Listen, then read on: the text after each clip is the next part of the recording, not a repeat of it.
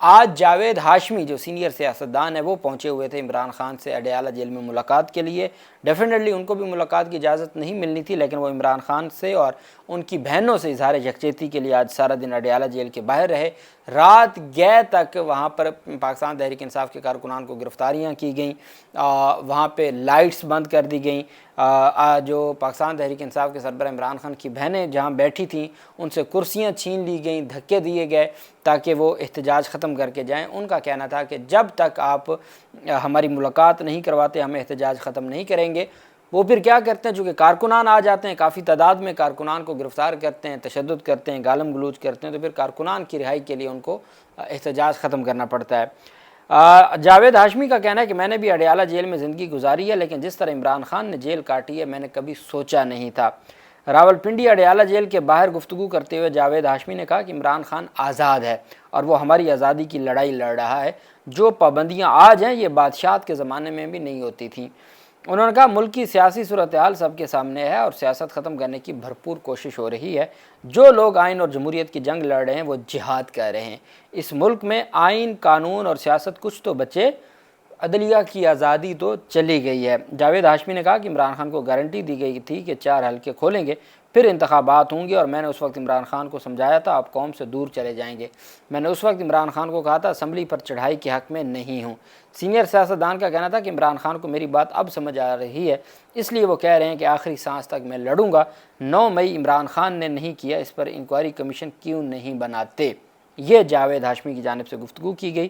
وہیں پہ پاکستان تحریک انصاف کے ایم این اے ہیں، پاکستان تحریک انصاف کے ایم این اے کی درخواست پر سماعت ہوئی۔ سید رضا علی گیلانی، یہ P T I M N A ہیں، ان کا نام سفری پابندیوں کی فہرست سے نکالنے کی درخواست پر سماعت ہوئی۔ ایم این اے سید رضا علی گیلانی نے کہا کہ میں بیرون ملک جا رہا تھا، مجھے روک لیا گیا اور میرا نام سفری پابندیوں کی فہرست میں شامل کیا گیا، جو غلط ہے۔ اس پر ایف آئی اے نے رپورٹ جمع کروائی کہ سید رضا علی گیلانی کا نام، جو ایم این اے ہیں پی ٹی آئی کے، ان کا کسی بھی لسٹ میں شامل نہیں ہے۔ سفری پابندی فہرست میں نام نہ ہونے کے باوجود ہمیں آف لوڈ کیا گیا۔ 12 پارلیمنٹیرین کے وفد نے بیرون ملک جانا تھا، 11 پارلیمنٹیرین کو بیرون ملک چلے گئے لیکن مجھے آف لوڈ کیا گیا۔ فہرست میں نام نہیں تو مجھے کیوں روکا گیا؟ یہ پی ٹی آئی وکیل نے عدالت سے استدعا کی۔ اس پر جسٹس اعظم خان نے کہا کہ آپ آج تک آپ کا نام کسی سفری پابندی کی فہرست میں نہیں ہے، مستقبل کا ہم کچھ کہہ نہیں سکتے کہ یہاں سے جو ہے وہ ہم آپ کی درخواست کو نمٹا دیں اور پھر آپ کو نئے سرے سے جو ہے وہ آپ کا نام سفری پابندیوں کی فہرست میں شامل کر دیں۔ اس حوالے سے ہم کچھ نہیں کہہ سکتے، لیکن فی الحال رپورٹ یہی ہے کہ آپ کا نام کسی سفری فہرست میں نہیں ہے، کسی بھی پابندی کی لسٹ میں نہیں ہے۔ وکیل درخواست گزار جو پی ٹی آئی کے ایم این اے ہیں، ان کے وکیل نے کہا کہ عدالت ایف آئی اے کی رپورٹ کو آرڈر کا حصہ بنا دے۔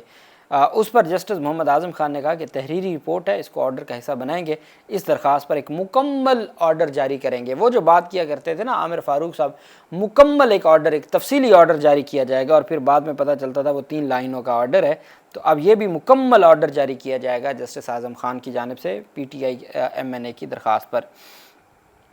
وہیں پہ جو دوسری بڑی پیش رفت سامنے آئی ہے وہ ہے جناب والا پاکستان تحریک انصاف کے ساتھ ملاقاتیں ہوئی ہیں مولانا فضل الرحمان کی، اور مولانا فضل الرحمان کی ملاقاتیں طویل ملاقاتیں ہوئی ہیں۔ میڈیا نے یہ رپورٹ کیا ہے جمعیت علماء اسلام فقہ کے سربراہ مولانا فضل الرحمان نے قومی اسمبلی اور سینٹ میں اپوزیشن لیڈر کے لیے پاکستان تحریک انصاف کی حمایت کر دی ہے۔ قومی اسمبلی اور سینٹ میں اپوزیشن لیڈر کی نامزدگی کے لیے سیاسی رابطے کیے گئے۔ پی ٹی آئی کے وفد نے گزشتہ 1 ہفتے کے دوران جے یو آئی سربراہ مولانا فضل الرحمان سے 2 تفصیلی نشستیں کی ہیں، جن میں اہم قومی سیاسی اور پارلیمانی امور پر بات چیت ہوئی۔ مولانا فضل الرحمان نے قومی اسمبلی اور سینٹ میں اپوزیشن لیڈر کے لیے پی ٹی آئی کی حمایت کی ہے۔ مولانا فضل الرحمان کا موقف ہے کہ دونوں ایوانوں میں اپوزیشن لیڈر پی ٹی آئی کا حق ہے اور وہ پارلیمان میں اپوزیشن کو متحد دیکھنا چاہتے ہیں۔ ان کا کہنا تھا کہ جو پاکستان تحریک انصاف کے حوالے سے کہ ملک کو درپیش بحرانوں سے نکالنے کے لیے گرینڈ ڈائیلاگ وقت کی اہم ضرورت ہے۔ یہ مولانا کے ساتھ ملاقاتیں ہوئی ہیں اور مولانا نے پی ٹی آئی اپوزیشن لیڈرز کے لیے پی ٹی آئی کی حمایت کی ہے، اور ساتھ انہوں نے کہا جی کہ ملک کو بحران سے نکالنے کے لیے ہر صورت ڈائیلاگ کی ضرورت ہے۔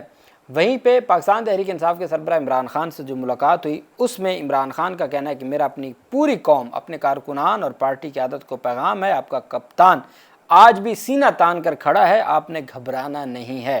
پارٹی رہنماؤں اور کارکنان کو 5 اگست کے بعد 14 اگست کو بھی ملک بھر میں نکلنے پر خراج تحسین پیش کرتا ہوں۔